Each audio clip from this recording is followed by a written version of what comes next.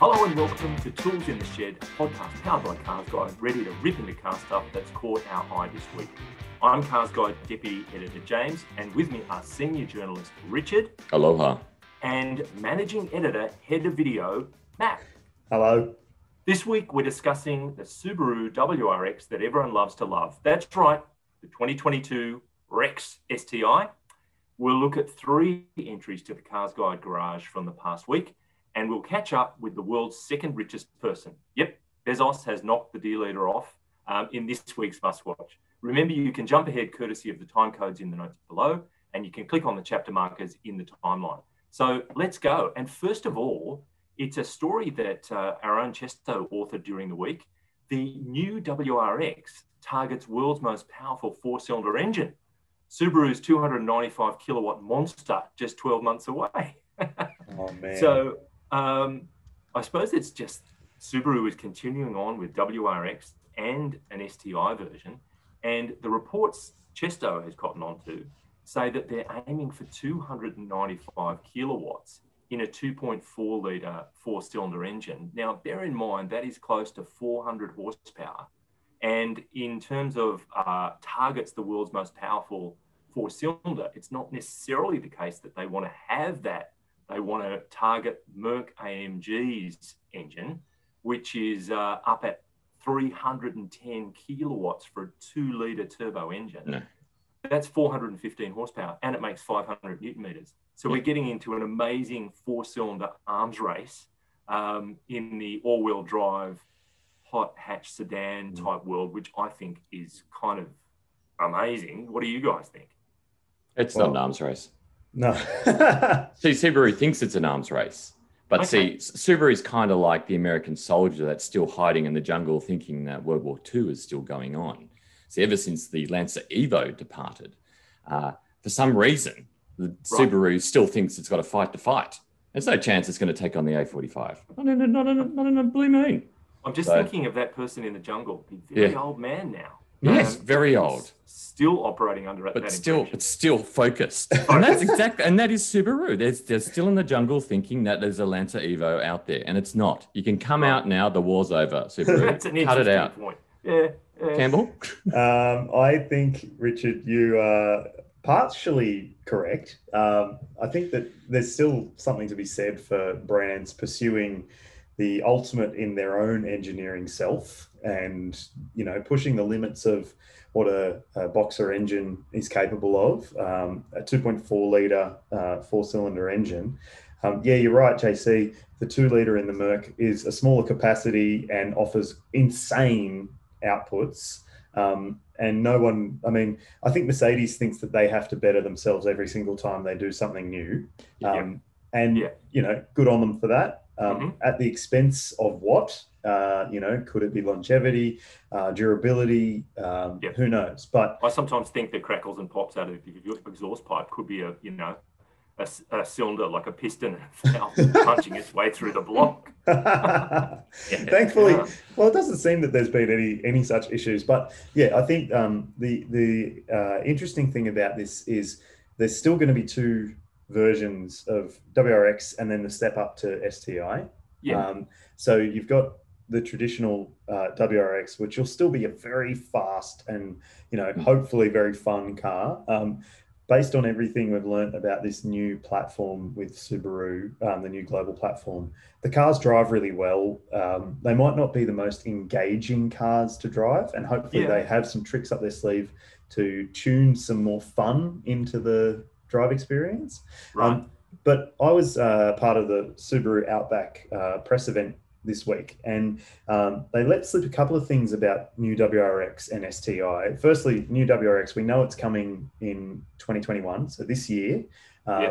STI will be later on, but WRX, now, a bit of a sort of mixed message here.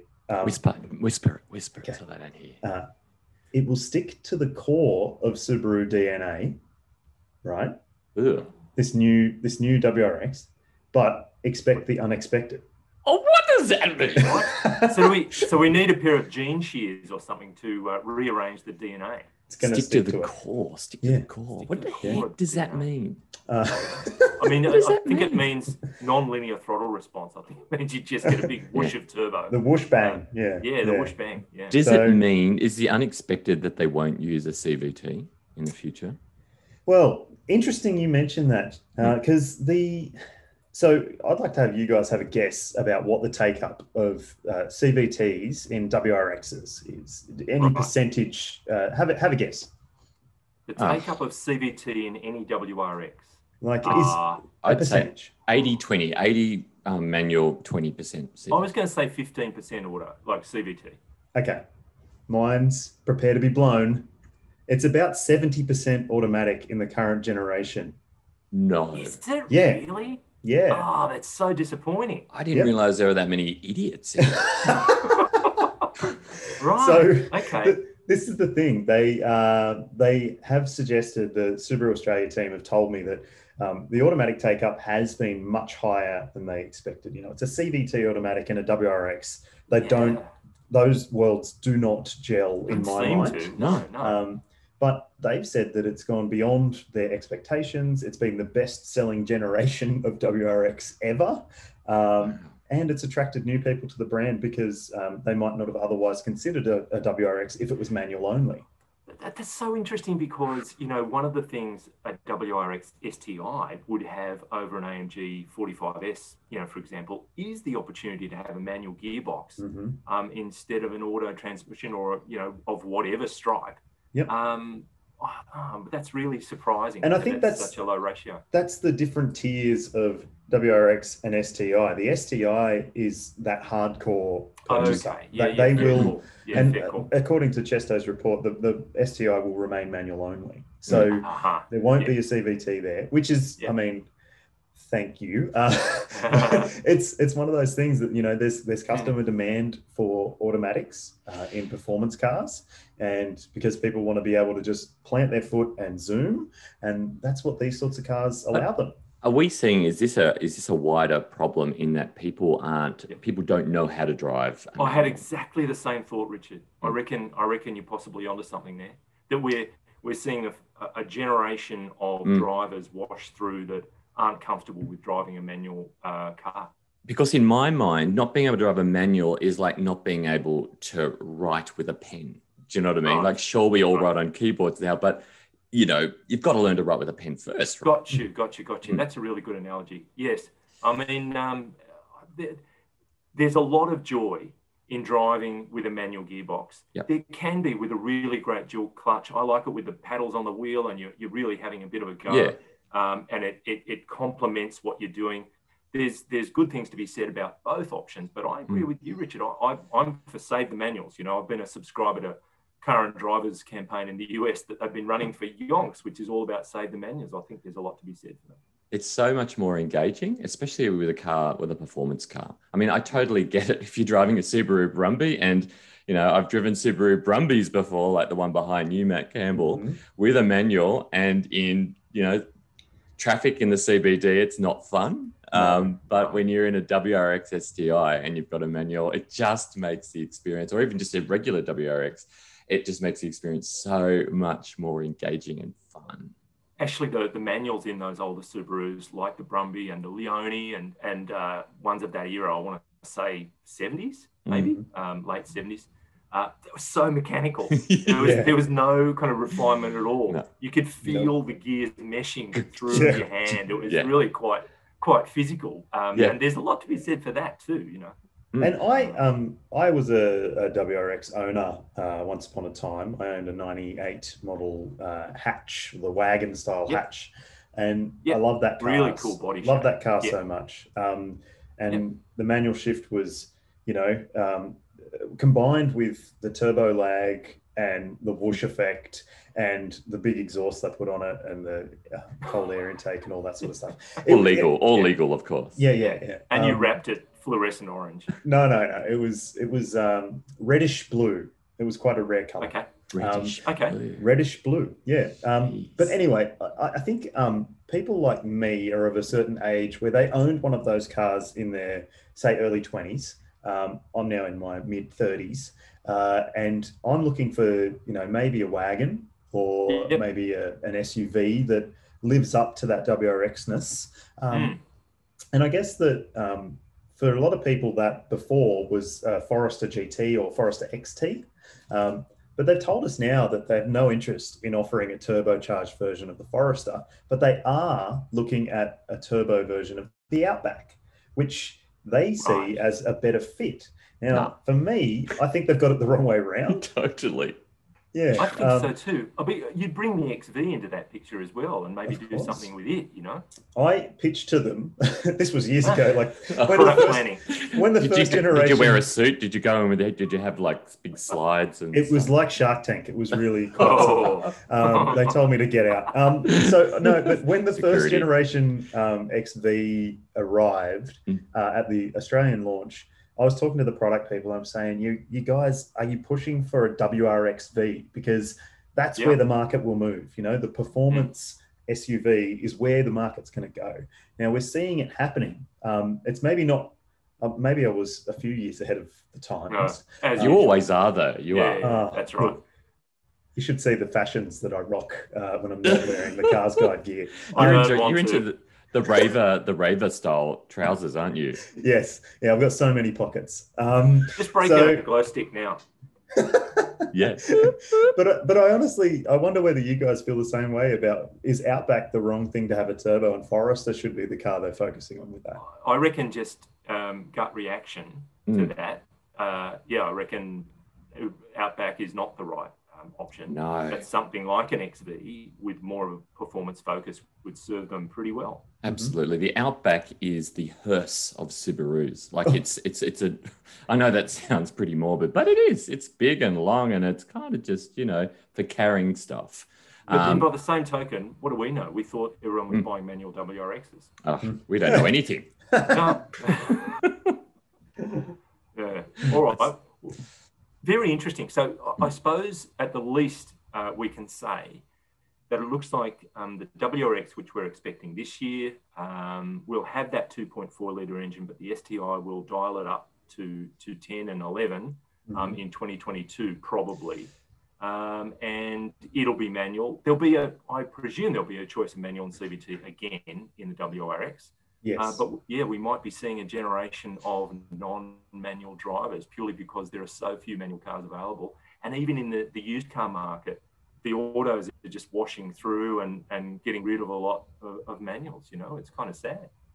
Look, sorry, Matt, you were going to say? I was going to say, your analogy about handwriting and learning to write with your hand rather than learning, like how that equates to learning a driver manual. I'm just glad that people with handwriting like mine aren't driving on the road. Wow. Because, what a disaster. Well, they're in Dashcam Owners Australia videos on YouTube. They are. Which is a fantastic rabbit hole to go down, I must admit. To be honest with you, look, I think it's good. I think I'm a petrol head myself, and I love seeing increases in horsepower, especially in small capacity engines, which can almost produce 400 horsepower. That's outrageous. But I really think that the fight for A45 is really to do with Audis, RS3 and BMWs, 1 and 2 series. It's like the pub fight where there are three big blokes going at it.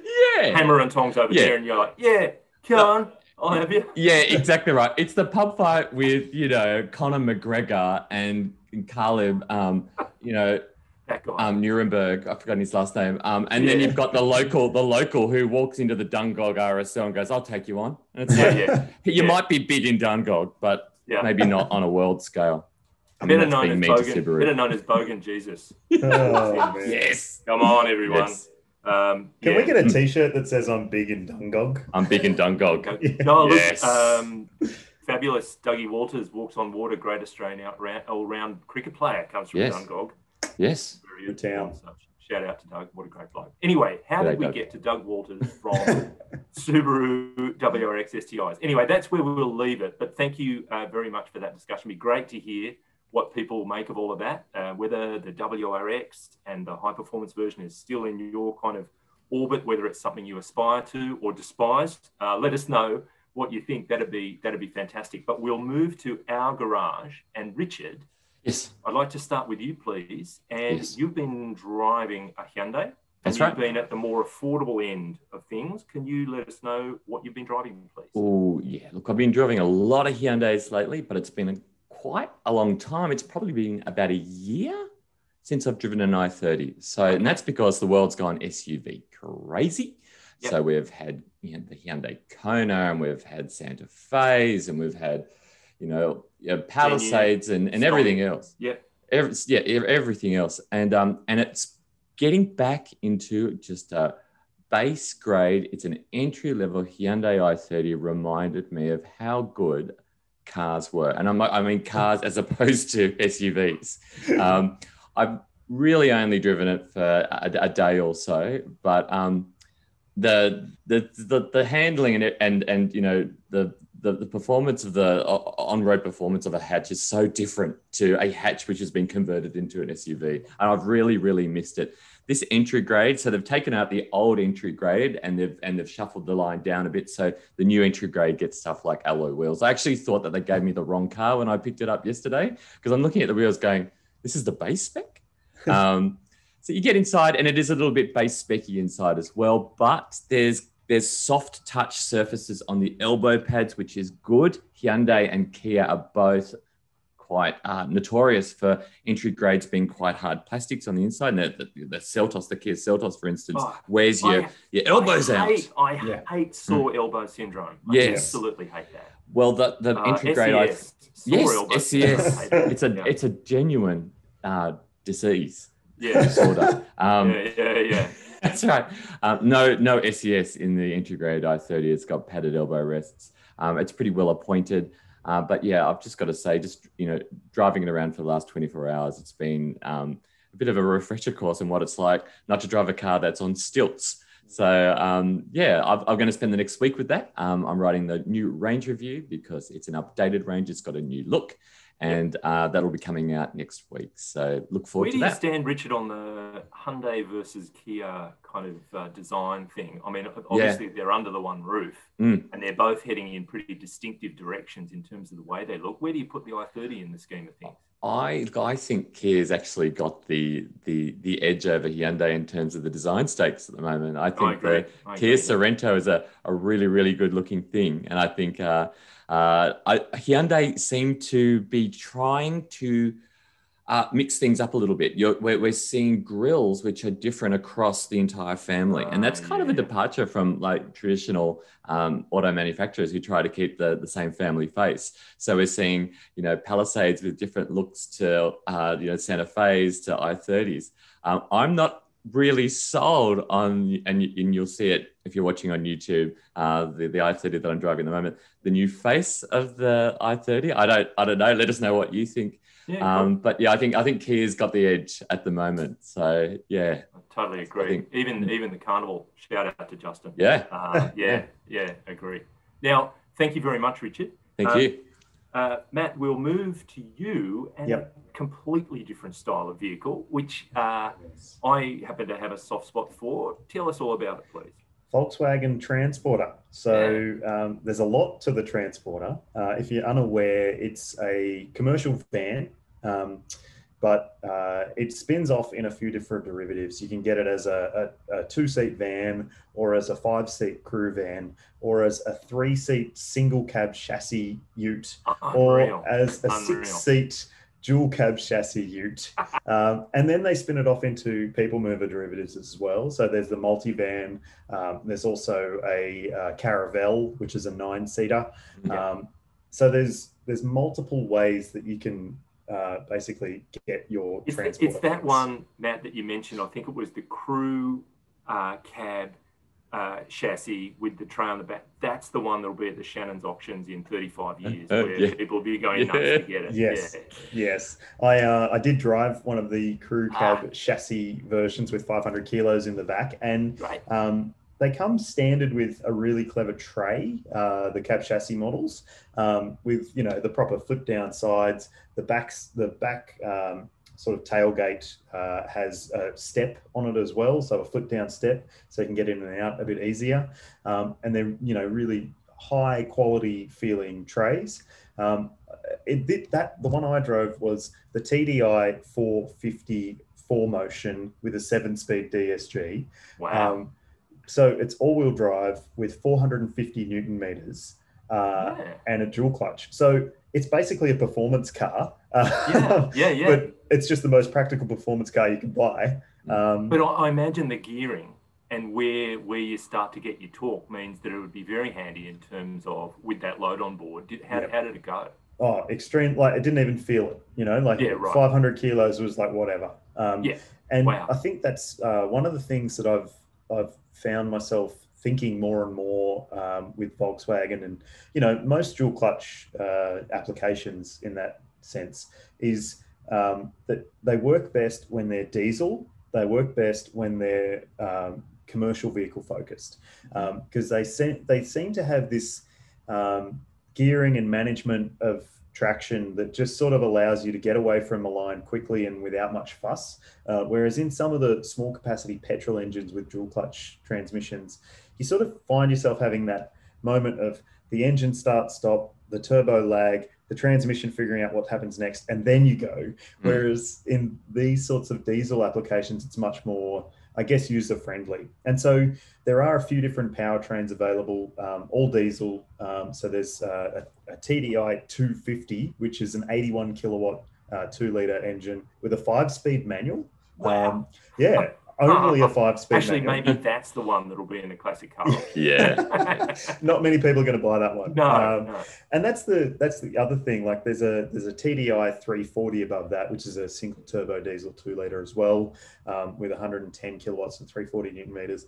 And then the 2-litre twin turbo TDI 450, which is the same engine as you get in a 2-litre Amarok. I was going to say, it sounds familiar. Yep. So there's a few different derivatives there to choose from. You've got the van. Basically, you can build it to your spec.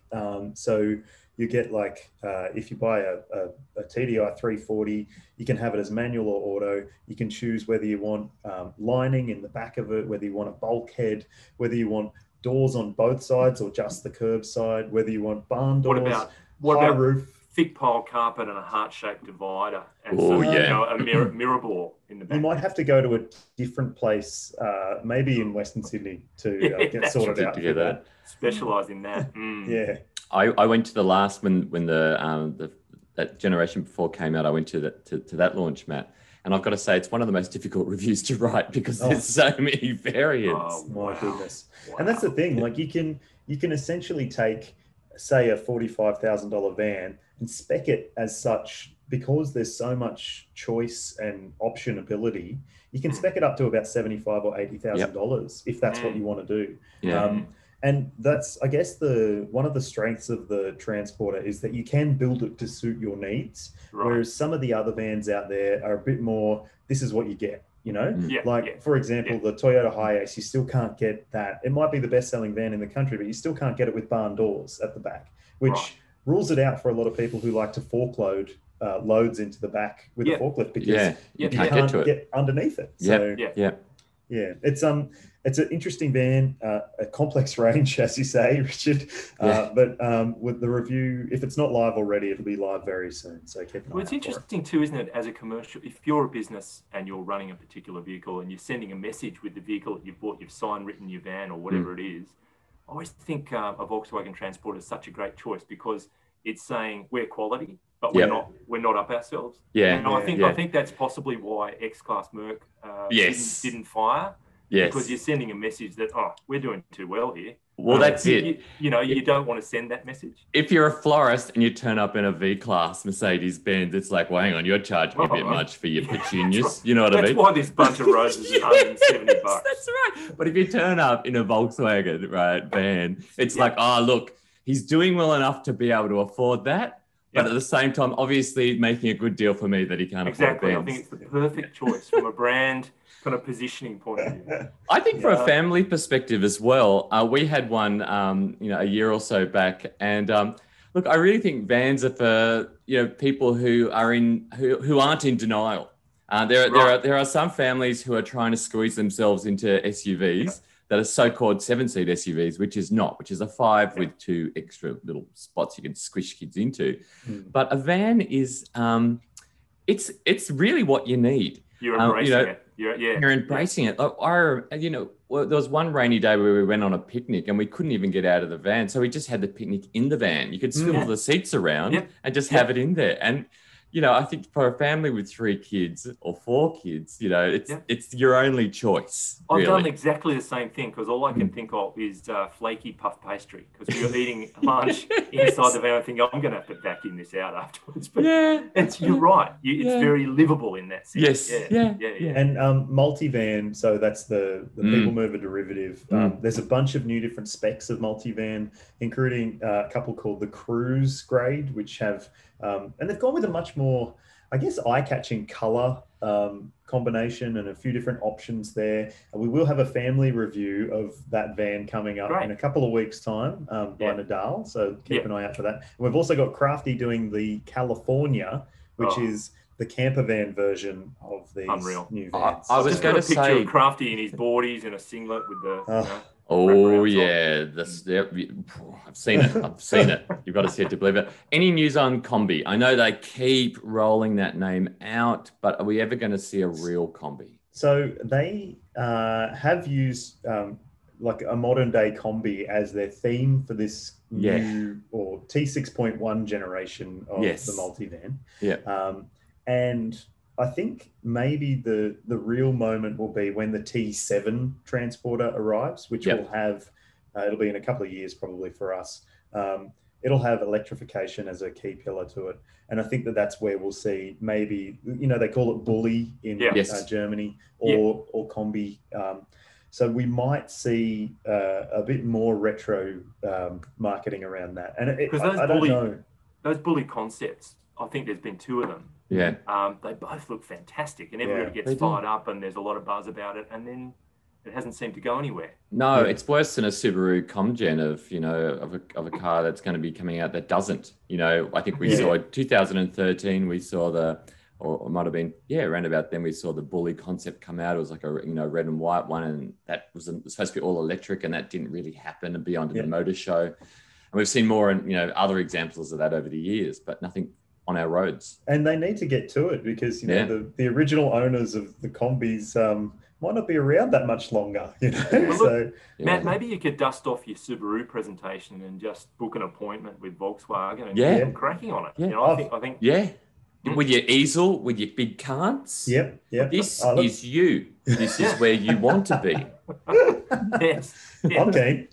Oh, good. Do it in like 70s gear for like a Combi sort of themed. I've got quite the outfit for that. Well, you do? Yes. Okay, let's not go there. Yeah. But that is all very exciting.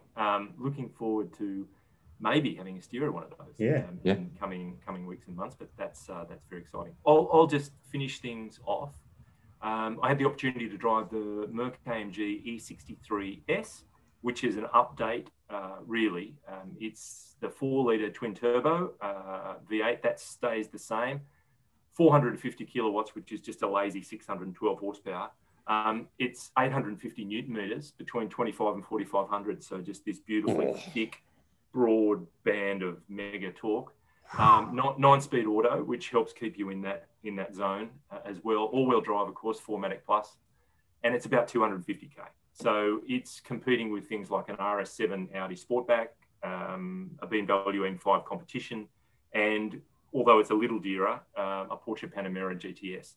So it's just got this Germanness around it. You were talking before, Richard, about the smaller AMGs. It is a bit of an internal fight domestically with these German brands. But the thing about this car is customers apparently had told AMG, we want it to be a bit more comfortable. We want to be able to dial in more comfort to go with all this fire and brimstone. And I think they've absolutely got it right because the adaptive suspension, it's an air suspension with adaptive dampers, and your ability to go from comfort, which is fair income, very comfortable, to a much more buttoned down, very taut setting. It just does it beautifully and seamlessly. And the 4-wheel drive system has been made a little smoother, the way it actually distributes. The rear axle's permanently driven and then variable torque up to the front axle. It does that super beautifully as well. So you've just got this ability with the flick of a few switches to change the car's character quite dramatically. And it goes hard, you know, it really does. It's got a lot of performance and mega safety. I've just written a review and gave it 10 out of 10 for safety. It's pretty much the standard at the moment. Everything you'd want from active bonnet through every assist. I mean, I've got assist overload with all of the advanced active safety tech that's in the thing, 9 airbags, all of these other things, really great from a safety point of view. And I actually found it hard to pick many holes with it in it. The rear door apertures in the current E-Class are quite small. And I think any full-size adult is going to have to kind of fold themselves in and fold themselves out. Once you're in there, it's okay. But just somehow this door aperture is quite awkward, and that's a bit of a pain when you've got people going in the rear of the car. The new touch-sensitive controllers on the steering wheel, there's a new steering wheel that's like 3 dual spokes, and it looks very cool, but Merck's gone to a different way of using those little controllers on the wheel, and I find them really fiddly, and I don't think it's been a step forward. Mm-hmm. And as you might expect, it's just a little bit thirsty. So the claim 12.3 litres, and I got nearly 18 over the time I had with the car, but I was, of course, in the line of duty, just exploring its dynamic abilities as well. So, but they're a little bit thirsty. But I think it's just a more mature take than the A-Class and its derivatives for AMG. But it's not quite as overbearing as the big GTs and SUVs and what have you. It's a really nice kind of mid-zone, and I think it looks great. So I was really impressed with it. I'm sort of perplexed as to why those rear doors are so small, because we're not talking about a C-Class here, or, you know, a CLA or an A-Class or something like that. This is a car which could possibly be used as hire cars. And how is that going to suit, you know, people getting into the back? I watched your video and trying to get in there. It's close to five meters long end to end. So it's quite a lengthy car. And 3 meters of that is wheelbase. Yeah. Yes. So you would think that there'd be enough room to kind of divvy it up equitably between front and rear doors, but somehow something didn't go quite right. And for me anyway, it might be different for others. I just found it a bit awkward to get in. People have got to see the video, because it is like those doors are ridiculously tiny. Like it just doesn't look right. Especially, you know, when even just opening and seeing the aperture they made. This is a 5 meter long car. The doors car. actually open quite a long way. Yeah. They go out, but that's not the thing. No. It's just the space that you've got to get into. Quite as large as you'd like it to be. JC, you didn't point out the biggest shortcoming is that it's only a sedan. Hey. Right? Yeah, yes. Wagon would be amazing. Oh, a wagon would just be... It would. Beautiful. Because, I suppose you just have to slum it and go with an RS6. If you want a wagon, I suppose. Possibly the greatest vehicle in the world. Yeah. But, anyway, it was a lot of fun driving that car. We had it for a few days. It was a launch drive. And yes, there's a review and a video up now. So if you want to have a look at it. But if you're dipping into your funds there, JC, what are you buying? Are you buying an RS6? Are you buying an E63 or an M5? Is the one that stands out most to you in your mind? Me, I would buy an RS6. I'm a big RS6 fan, and I like wagons. Yeah. So for me, that's a magical combination. Yeah, I think RS6 as well. Although the wheels are too big. Yeah. Yeah, they are very large. What was there was a Q8 that we had recently. It had 23s on it. That's ridiculous. They looked like a donk straight out of LA. You know, it's sort of just huge wheels on it. Absolutely incredible. Anyway, that was what I was driving this weekend. It was a lot of fun. Awesome. And so now we'll go to a bit of feedback from last week. And last week we were talking about a story that Justin Hilliard had written about Arctic trucks. Now, for those in the know, Arctic trucks build very heavy duty, as the name implies, versions of various utes to go into arduous situations, be it Arctic or desert or goodness knows what. And we had feedback from a person called Marini, and we had said that these things are available, the Toyota version anyway, which is the AT35, was available through Toyota dealers in the UK. And Marini says not just in the UK, they're also made in Finland, and here in Finland, so that's where that person is. A few other places all over Europe, and yes, you can buy Arctic trucks from local Toyota dealers. built like the customer wants. So you can pretty much customize it to your specific needs. Not just Toyota, Nissan, Isuzu, and they have official QVM, which is qualified vehicle modifier status with Ford. So they're getting closer and closer to these OEMs. And I suppose it still begs the question, wouldn't it be great to have them here? Well, do we need them here? I mean, it's not very Arctic. No. I mean, it gets chilly. It'd be a narrow market if you're just talking about people who want to, trundle along to Kosciuszko or something for 1 month a year. But I think the point being that if you're in the Middle East or in the outback or whatever, they'll build something that's been reinforced, raised, whatever, to your specific needs, and the manufacturer will give it a stamp of approval, which is pretty nice. Wow, look, JC, you and I have sort of come from a background where on a different occasion where we've had to sort of work in OEM stuff and genuine parts and that type of stuff, and that would be a kind of a legal nightmare in some ways in getting that stamp of approval. But if you can, that'd be fantastic. Oh yeah. I mean, it gives you that imprimatur, and customers feel confident about going with it for sure. So, come on, it could be interesting. Absolutely. Australia. Absolutely. Oggy says they'd only sell hundreds per month, and I thought, well, that's a lot. If they managed to sell even 100 a month, that's still millions of dollars of profit per year. Exactly. Who are they selling to? Sort of government organisations and Arctic research survey groups and that type of thing? Or I don't profess to be an expert, but just going on their website, it's all of that, Richard. It seems like there are some Arctic expeditions. They'll do you a 6x4, or maybe it's a 6x6. Must be, and change the body, reinforce the chassis, all of those things. So yes, it would be for all kinds of customers, I'd imagine. Yeah, well, there's obviously a demand there. So yeah. If they sold hundreds, I think they'd be really happy. But Senior Bob, welcome back, Senior. Says Toyota has just re-released the V6 4-litre petrol adventure Hilux in the Middle East. Bring it back to Australia, Toyota, with a supercharger, please.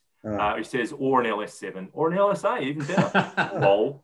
And I had a look over on Saudi Arabia's Toyota site. DC Adventure 4-litre 4x4. It's 175 kilowatts, 376 newton meters. It gets 18-inch alloys, rear diff lock, CarPlay, lots of kit. And that's 162,610 Saudi Arabian rials. Wow. Right. That sounds like a lot. It sounds like a lot. It converts to $385. Nearly 56 grand Australian dollars. $56,000 Australian dollars.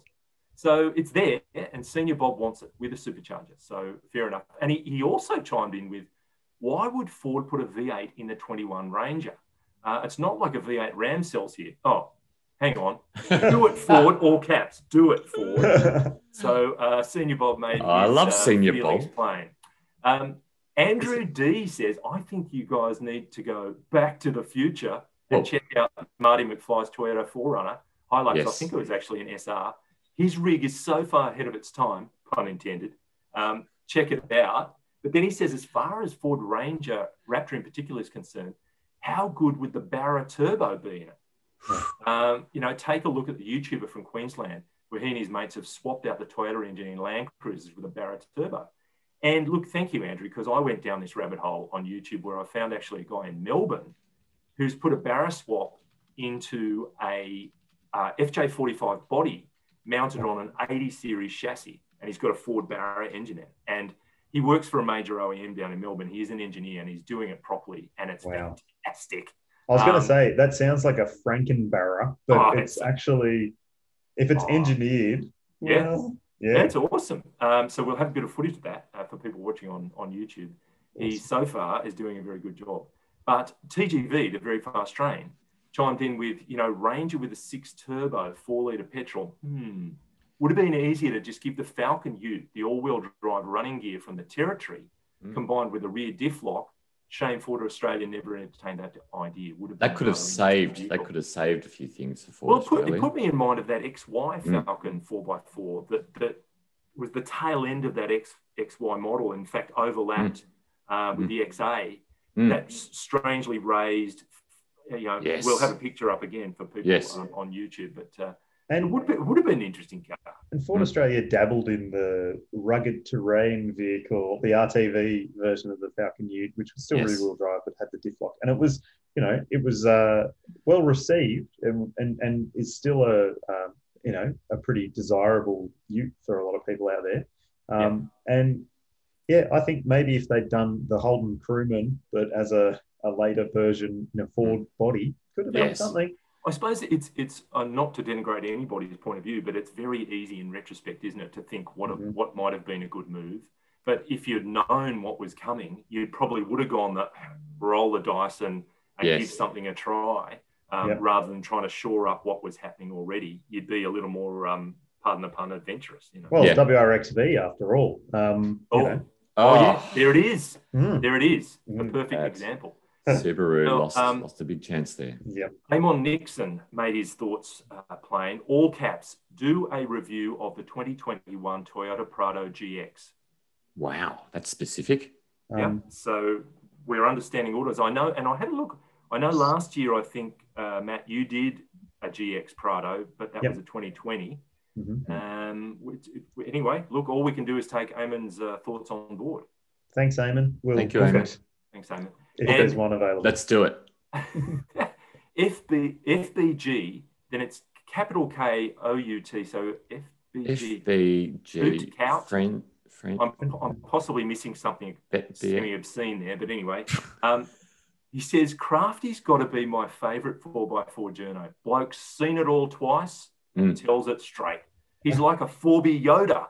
So I have seen Crafty jump out of a cab while it's still moving, do a barrel roll, and then run off into the traffic for no particular reason. That's the type of guy he is. He's the Bruce Willis of CarsGuide. He is, and he does. He's a diehard. He is. And speaking of diehard, it's time for MuskWatch.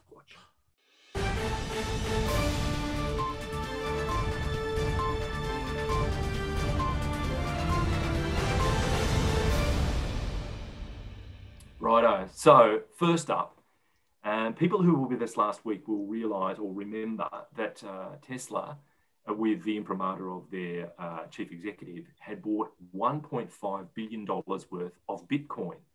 Now, according to Yahoo Finance, that given the years of net losses from its business, it's possible Tesla made more in profit off of one single $1.5 billion Bitcoin purchase than it did from the profits on its cars in the last decade. So just in a kind of cryptocurrency speculation, they've picked up more money. So I don't understand any of that at all. My mind just doesn't. I know I know each word you're saying, but it doesn't mean any. What does it mean? Right. Well, it's all to do with a different currency and monies, like national monies, not cash. But real money. I thought the arse fell out of Bitcoin. I thought it was all over. I think it's probably the most stirring roller coaster ride in the world. It would be the highs and lows, writ large. But it depends apparently on when Tesla bought its Bitcoin as to how much they've potentially made. So the least they've made is about 300 million, and the most they've made is close to $1 billion. What? So it's just ridiculous. The current Bitcoin price is $48,450. Yeah. That's a Bitcoin. Yeah. Is nearly 50 grand Australian. And it was $52,000 early this week or something. It reached a record level. But this just fuels that, the narrative that Tesla is not a car company. It's an investment company and a data company that just manages its money very differently to what car companies do. You know what somebody told me the other day? Yeah. Somebody told me that they had $1 million in Bitcoin. They just can't get to it. What does that mean? I don't know. They've lost the login for the website. Well, wouldn't that be frustrating? You're watching Bitcoin going down and you just want to sell it. You can't get into your account. But there was some dude who threw out a hard drive with $17 million worth of Bitcoin on it or something. And he was offering like a $4 million reward or something like that. Yeah. So, threw out the hard drive. Yeah. This is what I don't understand. This is why I don't get Bitcoin. Right. Is it bits Have a as in Bitcoin. it's an actual bit, like a byte. Look, I think Have a Bitcoin? part of the idea was fractional ownership, so Yeah. that you would buy a part of a Bitcoin. Is in it an actual collaboration with coin? others or Is it a coin? No. Is it made out of metal? No. Well, there is one that's been photographed somewhere. Yeah, But it's a crypto online, digital currency, and people decide how much it's going to be worth. So this And is just then like they trade on shares. it. It's just Yeah. imaginary, really. Yeah. And gonna be people, like- Are you buying some now, Richard? yeah. No, I'm going to be like Joe Rogan's Jamie and look and Google it. Bitcoin picture. Oh, there's one. There's one. We'll have a picture up for people watching. Yeah, there we go. I'll put that up now. But what it has done There you is go. it's validated the currency. When a business like Tesla goes in and buys $1.5 billion worth, other companies now are starting to think about it. Your Googles and your other business going, that's actually not a bad way to make a profit. So it becomes more mainstream and more established simply through Elon's decision via Tesla to purchase such a big chunk of it. Yeah. So it's a self-fulfilling thing in a way. He's manipulating the market once again. Oh my God, society's going to collapse. We're going to go back to, you're going to have to learn to drive manuals again. Because we're going back to the beginning. Get your pens In fact, out. we might have to learn how to drive a Get your pre-selector. pens out. Yeah. Manuals and biros all over again. Yeah.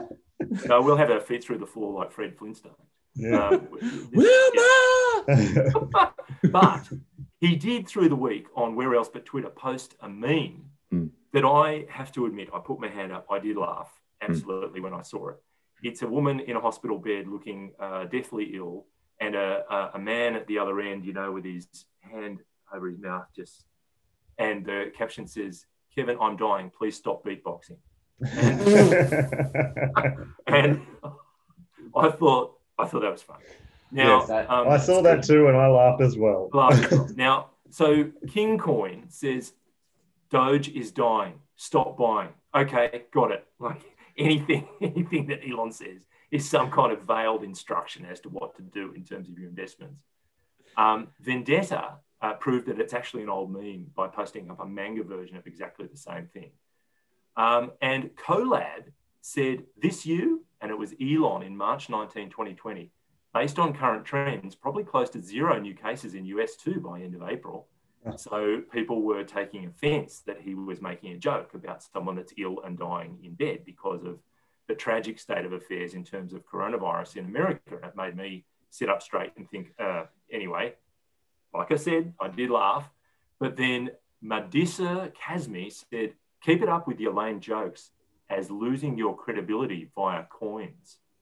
So Madissa came in with a late burn there on that. But what you can say with authority on the share price is that it is down again. So $798, down nearly $7. It was 804 and something last week. So it dropped $50 the week before that. So there's a distinct trajectory here. And Simon Constable in Forbes has said, yes, Tesla stock really is overvalued, which is something, various people have been saying for yonks. But it's up 410% in the year through Friday just gone. So for that 12-month period. The Standard & Poor's 500 is up 16%. So we're talking 410%, 16%. There's a bit of a disparity there. The forward-looking price to earnings ratio is at 200. That is, it's trading at 200 times next year's profits, next year's projected profits, which is quite a ratio. That's crazy. And according to some research... I'm confused. But anyway, that Simon Constable had found, says Tesla is 55% likely to fail to meet those required profit levels. Also so confused. He finished up with a pretty damning statement. He said, anyone who's played cards knows that it's prudent to fold your hand when the odds are against you. And for investors in Tesla, the time to fold may have come. Oh, that's a bit negative. He's just said the stuff's massively overpriced. So that's his position, put it that way. But with that, we have reached the finish line. And I want to say thank you, Richard. Thank you. And thank you, Matt. Thank you. And thanks to our head of potatoes, Rasputin impersonator, and freelance sperm donor, Mr. Pritchard, for his production plate spinning skills. Today, he's wearing a T-shirt saying, if you have a problem, if no one else can help, if you can find them, maybe you can hire the A-Team. He's also wearing a high-vis kilt and beer socks. Oh, look. Beer socks. Hey, he's been invading my wardrobe. Yes. What are beer socks? There's a picture on the screen Okay. for people on YouTube. It's basically, two tankards of beer that you wear as socks. Just ask Mr. Pritchard after the show. Let us know your thoughts. You can find Cars Guide on Facebook and Instagram, or email us at comments@carsguide.com.au. If you're an Apple Podcast listener, please rate and review us. Remember, you can also watch us on YouTube. And if you are already, make sure you subscribe to the Cars Guide YouTube channel so you can stay on top of all our latest content. But before we go, drove into the city this week to drop off some things to a mate. Took me less than 5 minutes from the time I parked to becoming... Whereabouts in the city? My mate's building, Pitt Street. Okay. But sure enough, there's a parking ranger writing up a ticket. So I bowled up to him and said, come on, friend, how about giving a bloke a break? He ignored me and continued writing the ticket. So I said to him, haven't you got anything better to do, you heartless scumbag? He glared at me and started writing another ticket for having a bald tyre. So I called him a brain-dead drongo. He finished the second ticket and put it on the car with the first. Then he started to write a third ticket. This went on for about 10 minutes. The more I abused him, the more tickets he wrote. But hey, I didn't give a damn. My car was parked around the corner. Oh, man. That's like that poor person with all the tickets.